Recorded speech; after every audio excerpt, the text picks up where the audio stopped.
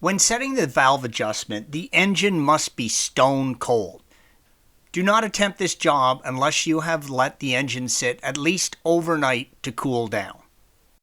You're going to need to rotate the motor to set each cylinder at top dead center. A 24mm socket and wrench is the best way to rotate the motor. Make sure that you only rotate it clockwise, as rotating it significantly in the other direction can result in damage to the chain tensioning system. Make sure that your pulley and fan belt are tight prior to turning the motor, or the belt will slip on the pulleys. Remove the spark plugs and place the transmission in neutral prior to turning the engine over decreases the amount of force required to rotate it.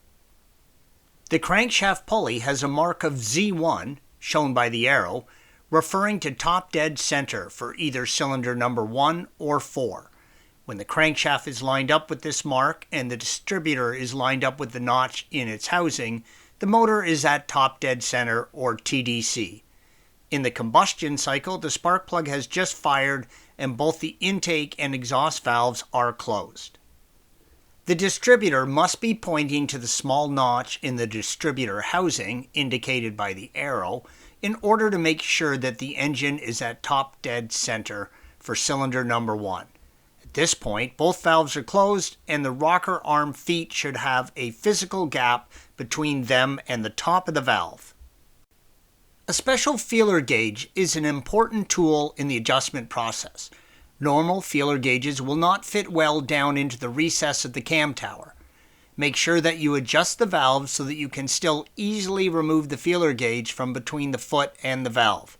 Also make sure you have a few extra feeler gauge blades handy, as they are very easy to break when you're reaching into the recesses of the engine. Use a 13mm wrench and a screwdriver to tighten the adjustment screw foot. Make sure that you double check the clearance after you finish by removing and reinserting the feeler gauge. The firing order for the 911 engine is 162435. Adjust both the intake and exhaust valves together in this sequence and then go back and check all of the clearances again. Sometimes the rocker arms seat slightly different the second time around. Thanks for watching.